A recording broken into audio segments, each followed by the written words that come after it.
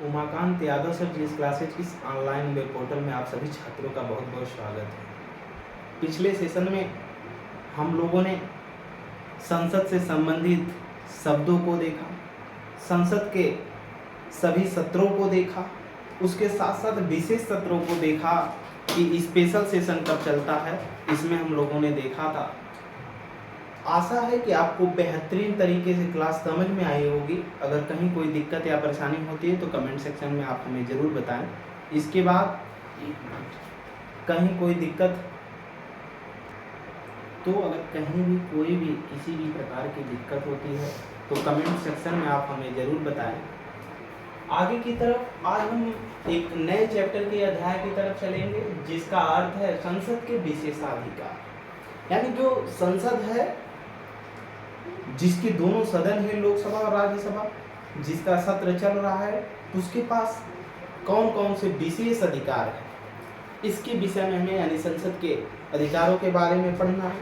तो ये दो प्रकार के इसके पास अधिकार हैं संसद के विशेषाधिकार में। पहला आता है क्या, व्यक्तिगत विशेषाधिकार। क्या आता है? व्यक्तिगत विशेषाधिकार। ठीक। और जो दूसरा होता है वो होता है सामूहिक विशेषाधिकार। सामूहिक विशेषाधिकार क्या होता है? सामूहिक विशेषाधिकार होता है। यानी संसद के पास दो अधिकार हैं, विशेष अधिकार है, एक व्यक्तिगत और दूसरा क्या है? सामूहिक। पहले वाले को हेडिंग बनाएंगे और इसके सापेक्ष में हम लोग लिखते हुए चलेंगे। कहीं कोई दिक्कत होती रहेगी आप कमेंट सेक्शन में हमें जरूर बताते रहेंगे, आपका हर डाउट क्लियर कर दिया जाएगा। आइए दोस्तों देखते हैं कि पहले सदन में क्या है, मतलब पहले इसमें क्या है, पहले वाले में कि व्यक्तिगत विशेषाधिकार में संसद के पास क्या विशेष अधिकार है। नंबरिंग करके लिखेंगे इसमें ठीक। अनुच्छेद 105, इसमें अनुच्छेद 105, आर्टिकल 105, अनुच्छेद 105 के तहत, अनुच्छेद 105 के तहत संसद के सभी सदस्यों को, संसद के सभी सदस्यों को, संसद के सभी सदस्यों को अपने विचार एवं अभिव्यक्ति की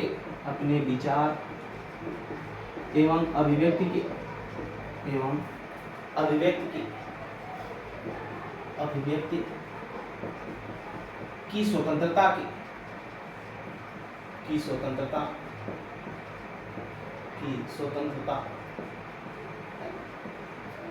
यानी संसद के सभी सदस्य यानी जितने सांसद हैं उनको क्या दिया गया है? अपने विचार को व्यक्त करने का, अभिव्यक्त करने का क्या है? स्वतंत्रता है। ठीक। वो कुछ भी अपनी बातों को रख सकते हैं, असीमित स्वतंत्रता है। आप पुस्तक में लिख भी सकते हैं कैसी है? असीमित स्वतंत्रता है। कैसे? असीमित स्वतंत्रता। ठीक, असीमित स्वतंत्रता असीमित है, ठीक, जिसकी कोई सीमा नहीं है। लेकिन अगर संसद की कार्यवाही में कोई भी व्यक्ति एक दूसरे व्यक्ति को किसी ऐसे शब्दों से संबोधित कर रहा है जिससे सामने वाले व्यक्ति को मानहानि हो रही है, तो इसके लिए संसद के जो अध्यक्ष होंगे, संसद के दोनों सदनों में से जो भी अध्यक्ष का कार्यवाही संचालन कर रहा होगा वो उसको मना कर सकता है। नहीं मानने पर आगे दंड का प्रावधान किया गया है, उस दंड के बारे में हम पढ़ेंगे।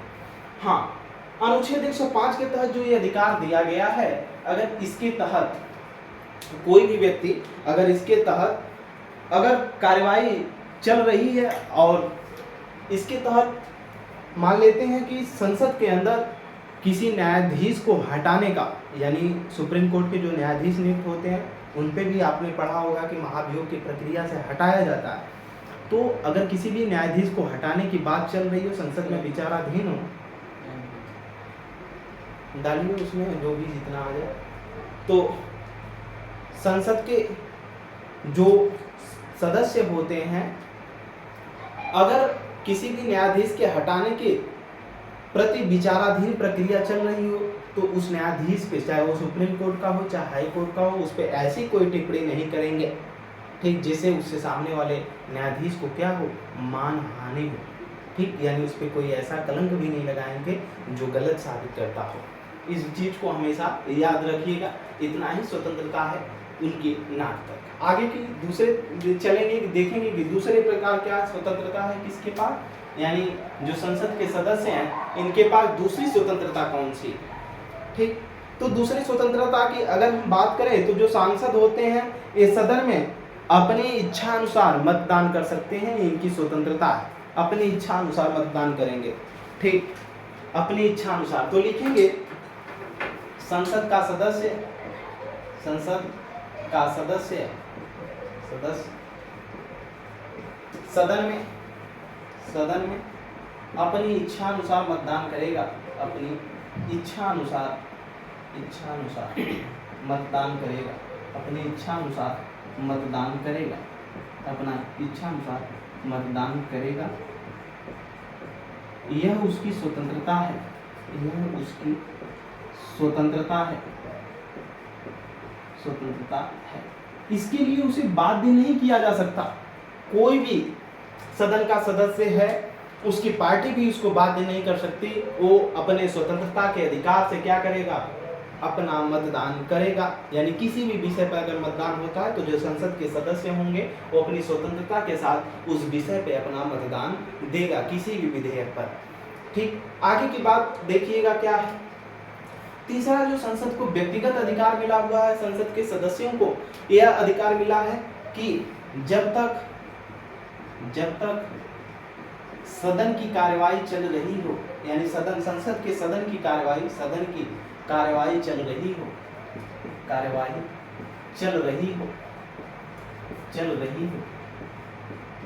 हो, तब तक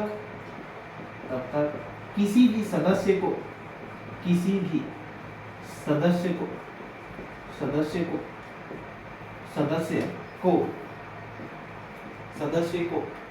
न्यायालय में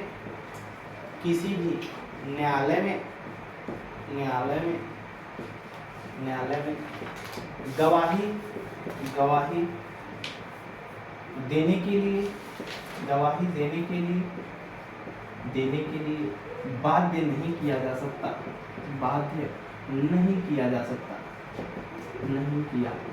सकता। आप देखे होंगे कि प्रत्येक कोर्टों में एमपी एमएलए के लिए किया जा सकता है। प्रत्येक कोर्टों में जो है एमपी एमएलए की अलग कोर्ट होती है, यानी जो सांसद होते हैं, विधायक होते हैं, अगर इन पे कोई मुकदमा विचाराधीन है तो उन पे अलग तरीके से कार्यवाहियां संचालन की जाती हैं, उनके लिए अलग कोर्ट का प्रावधान होता है।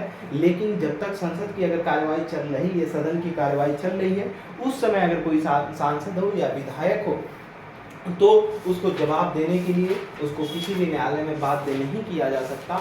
ये कौन सा आर्टिकल 105 के तहत, किसके तहत, आर्टिकल 105 के तहत उसको क्या मिला हुआ है, विशेष अधिकार मिला हुआ है। किसको आर्टिकल 105 के तहत विशेष अधिकार है, जो संसद का सदस्य है, कौन, सांसद, ठीक, उसको कौन अधिकार देता है, 105, जब तक कार्यवाही चल रही हो तब तक, ठीक, उसको गिरफ्तार नहीं किया जा सकता।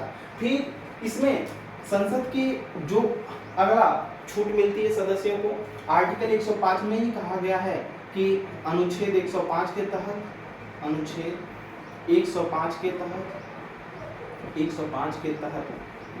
किसी भी व्यक्ति को, संसद के किसी भी सदस्य को, संसद के किसी भी व्यक्ति को, किसी भी सदस्य को संसद के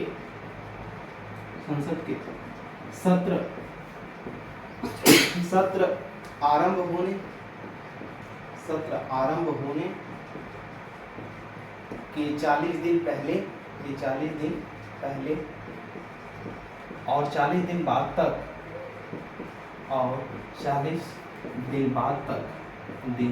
बाद तक गिरफ्तार नहीं किया जा सकता,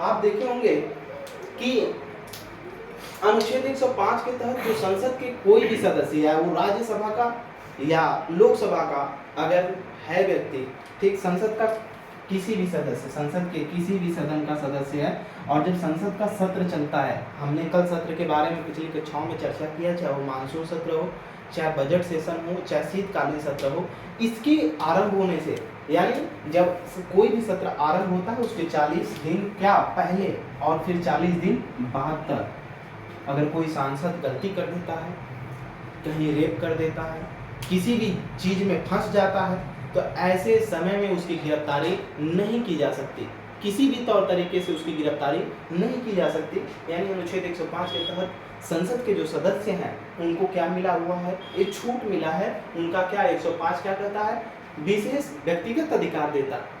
कैसा व्यक्तिगत विशेषाधिकार है, किसी भी सांसद को भले कुछ ऐसा कार्य कर दिया है, लेकिन अगर सत्र आरंभ होने के पहले 40 दिन पहले और 40 दिन बाद तक उसको गिरफ्तार नहीं किया जा सकता।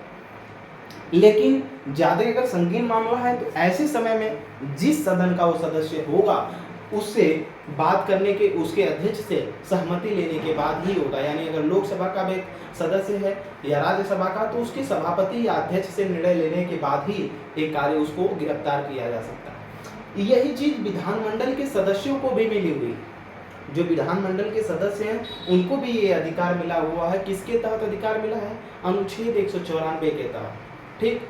विधानमंडल के सदस्य यानी जो एमएलए होंगे, विधायक होंगे, उनको भी यही अधिकार मिला है कि सत्र आरंभ होने के पहले विधानसभा का या विधान परिषद का 40 दिन पहले और 40 दिन बाद तक उनको गिरफ्तार नहीं किया जा सकता। यही चीज राष्ट्रपति और राष्ट्र प्रमुखों को भी अधिकार मिला है। जो राज्यपाल है राज्यों के प्रमुख, राष्ट्रपति जो है राष्ट्र का अध्यक्ष, उसको भी अनुच्छेद 361 के तहत क्या दिया गया, अधिकार दिया गया। अगर राष्ट्रपति भी ऐसा संवैधानिक पद पर होने के बावजूद राज्यपाल या वो गलती करता है तो उसको किसी भी तरीके से तौर तरीके में गिरफ्तार नहीं किया जाएगा, ये उसको अधिकार है, ठीक। और राष्ट्रपति को तो ये भी अधिकार है कि वो प्रेस और मीडिया के सामने कुछ भी नहीं बोल सकता है। इसके लिए कोई भी पत्रकार या प्रेस मीडिया उसको जबरदस्ती नहीं कर सकता, उसको विशेष अधिकार है। इसीलिए आप देखेंगे कहीं भी राष्ट्रपति महोदय होते हैं तो कोई भी मीडिया वाला ये नहीं पूछता कि आप क्या कहना चाहते हैं। लेकिन अगर वहीं प्रधानमंत्री है तो उसके आगे पीछे लोग लेकर रहते हैं, मुख्यमंत्री कि आप कहना क्या चाहते हैं इस विषय में, ठीक। ये संसद के अनुच्छेद 105 के तहत सभी व्यक्तिगत विशेषाधिकार है। अब हम लोग दूसरे अधिकारों के विषय में चल करके बात करेंगे कि जो सामूहिक विशेषाधिकार है, यानी संसद के सदस्यों को जो सामूहिक विशेषाधिकार मिला हुआ है कौन सा है। आइए देखते हैं सामूहिक विशेषाधिकार क्या है। सामूहिक विशेषाधिकार, सामूहिक विशेषाधिकार,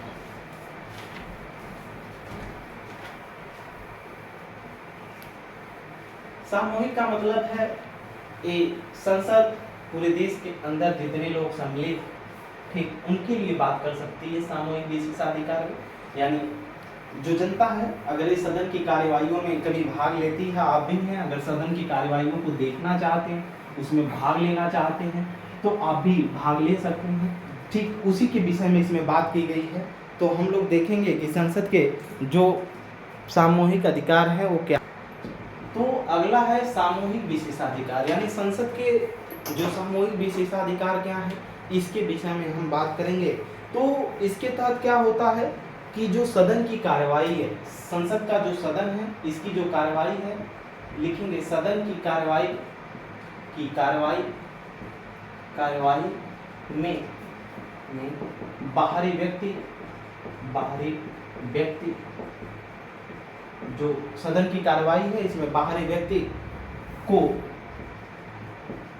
निष्कासित करने का अधिकार,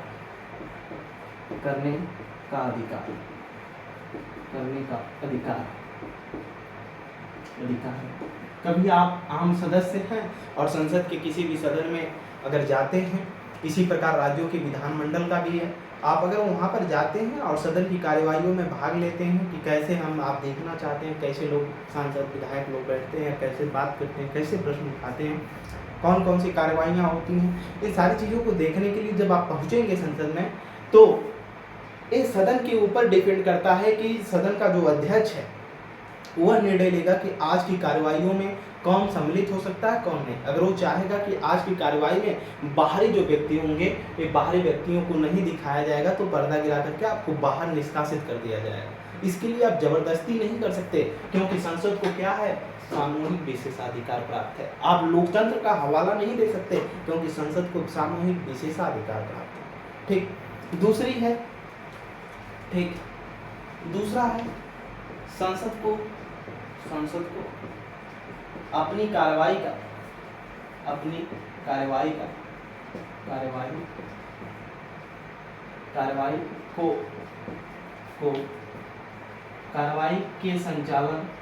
के संचालन को प्रकाशित करवाने न करवाने का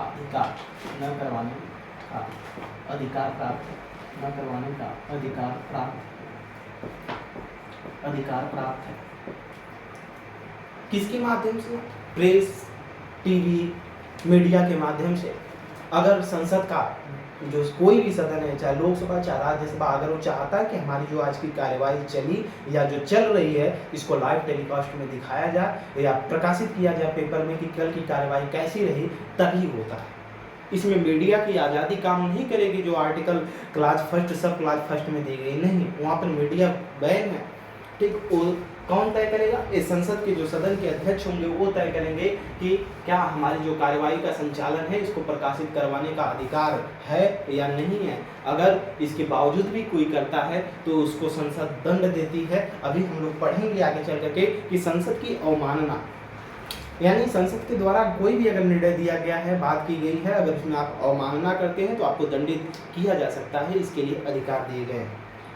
आगे की तरफ करेंगे, देखेंगे तो तीसरा है संसद की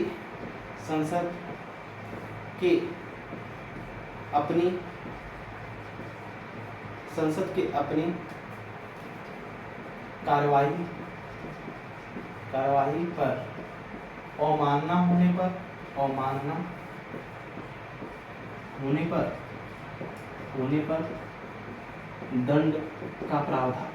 दंड का प्रावधान है। ठीक, अवमानना होने पर अब हम लोग पढ़ेंगे कि संसद का अवमानना क्या होता है। अब तक हम लोगों ने दो अधिकार, व्यक्तिगत अधिकार, विशेषाधिकार देखा। यानी अगर कोई मीडिया वाला है, ठीक, उन्होंने कहा गया कि आज की कार्यवाही प्रकाशित नहीं होगी, वीडियो रोजाना का निर्धारित समय से बनता है, और अगर वो कोई गलती से वहाँ का कोई फुटेज वायरल कर दिया या वीडियो बना करके डाल दिया या प्रेस मीडिया में छाप दिया गया है तो उस व्यक्ति पे कार्यवाही होती है। कार्यवाही क्या होती है? दो प्रकार के दंड का प्रावधान किया गया है, वो आगे की बात है, लेकिन अभी मैं बता दे रहा हूँ। एक होता है धिक दंड। धिक दंड क्या होता है? इसमें निंदा की जाती है या फटकार लगाया जाता है किसी उच्च अधिकारी, यानी अध्यक्ष के द्वारा बहुत तेजी से इसमें फटकार लगाया जाएगा, उसकी निंदा की जाएगी। दूसरा होता है कि कारावास या जुर्माना हो सकता है। ठीक, अगर कोई आप ऐसी चीज़ें या अफवाहें फैलाए हैं तो ऐसे समय में आपको कारावास या जुर्माना हो सकता है। तो आइए आगे की तरफ चलेंगे, हम लोग देखेंगे कि संसद के विशेषाधिकार के बाद संसद की अवमानना क्या है।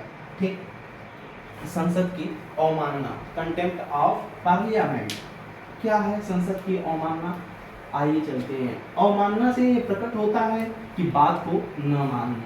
ठीक, बात को न मानना ही क्या है? अवमानना है। यानी कोई चीज मनाही की गई है, बात को मना किया गया है, लेकिन आप फिर भी उस कार्य को कर रहे हैं तो उसके लिए दंड का प्रावधान किया गया है। हेडिंग डालेंगे संसद का अवमानना, संसद का अवमानना, संसद की अवमानना, संसद की अवमानना और मानना, संसद की अवमानना। चलिए देखते हैं संसद की अवमानना क्या है। तो लिखेंगे संसद की अवमानना के निम्न कार्य हैं या निम्न संसद की अवमानना के कार्य निम्न है। निम्न यानी जो इसकी अवमानना होती है निम्न तरीके से हो सकती है। पहला, तो आप लोगों ने अभी देखा कि सामूहिक विशेषाधिकार में कि कोई भी कार्यवाही का प्रकाशन नहीं करना। अगर कोई भी व्यक्ति कार्यवाही का प्रकाशन कर देता है तो संसद की क्या कर दिया, अवमानना कर दिया। अगर किसी भी सदन में अगर कोई भी सांसद है और उसको बाहर कर दिया गया है, जैसे राहुल गांधी है, उनकी सदस्यता छीन ली गई है और वो फिर जबरदस्ती जाकर के बैठते हैं सदन में, ठीक, तो संसद की क्या कर रहे हैं, अवमानना कर रहे हैं, क्योंकि उनकी सदस्यता रद्द कर दी गई है और अगले 6 वर्षों तक उनको चुनाव लड़ने के लिए क्या कर दिया गया है, पाबंदी लगा दिया गया। अगले 6 वर्ष तक वो चुनाव नहीं लड़ सकते दल बदल अधिनियम के साथ। तो ऐसे समय में अगर वो फिर से सदन की कार्यवाही में बैठेंगे तो उनको जुर्माना लगाया जाएगा, प्रतिदिन 600 रुपये के हिसाब से उनको दंड लगेगा, ठीक। अगर सदन के द्वारा मना किए जाने पर उसकी कार्यवाही में भाग लेते हैं तो 600 रुपये, हाँ, तो भाग लेते हैं तब भी, या सदन के कार्यवाहियों पर कोई व्यक्ति टिप्पणी लिखते, जैसे आप लोगों ने देखा होगा कि सदन की एक बार कार्यवाही चल रही थी, प्रधानमंत्री जी को पप्पू, राहुल गांधी के लोग पप्पू जो कहते हैं, उन्होंने एक बार आंख मार दिया, तो तमाम तरीके की बातें उस पर लिखी गई। ऐसे समय में अगर इस कार्रवाई को प्रकाशित नहीं होने देना चाहिए था, और अगर इस चीज़ को हो गया या बीच में एक बार विस्फोटक पदार्थ मिला था, अगर ऐसा हो गया, इन सारी चीज़ों पर, ठीक, अगर कोई लेख लिख देता है या संसद में या किसी सांसद के विशेष ऊपर कोई लेख लिखता है, टिप्पणी करता है, ठीक, या कहीं कोई वीडियो वायरल करता है, अफवाहें फैलाता है, तो ऐसे समय में वो क्या माना जाएगा, संसद की अवमानना माना जाएगा। तो हमने जितना ये कार्यों को गिनाया, उस अवमानना में अगर वो व्यक्ति सम्मिलित होता है तो इसके लिए 2 प्रकार के दंड हैं। और 2 प्रकार के दंड का प्रावधान है, दंड का प्रावधान है, ठीक। पहला है धिक दंड। कौन सा, धिक दंड। इसमें क्या होता है, निंदा करना, ठीक, निंदा करना, फटकार लगाना, ठीक, फटकार लगाना।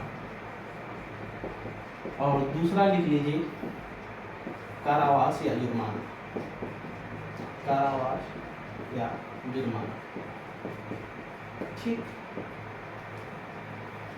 अब आगे की तरफ हम लोग संसद की अवमानना के बाद नए क्लास में पढ़ेंगे चल करके कि संसद के अधिकार विधेयक, विशेषाधिकार के बाद विधेयकों पर क्या अधिकार है, जिसमें हम लोग जानेंगे कि विधेयक कितने प्रकार के होते हैं, साधारण विधेयक क्या है, विधेयक क्या होता है। बिल तो हमने कई बार बता दिया कि किसी भी संविधान के 7वीं अनुसूची में सम्मिलित, चाहे संघ सूची का विषय हो, चाहे राज्य सूची का विषय हो, चाहे समवर्ती सूची का विषय हो, किसी भी विषय पर जब कोई भी कानून बनाए जाने की प्रक्रिया विचाराधीन होती है, संसद के किसी भी सदन में या विधानमंडल के किसी भी सदन में कानून बनाने की प्रक्रिया विचाराधीन होती है, तो जिस विषय पे कानून बन रहा होता है वो बिल कहलाता है, ठीक, यानी विधेयक होता है। और जब वो कानून दोनों सदनों से पारित होकर के राज्यपाल या राष्ट्रपति के पास से पारित हो जाता है, उनकी साइन हो जाती है, तो ऐसे समय में माना जाता है कि वो बिल किस में परिवर्तित हो गया,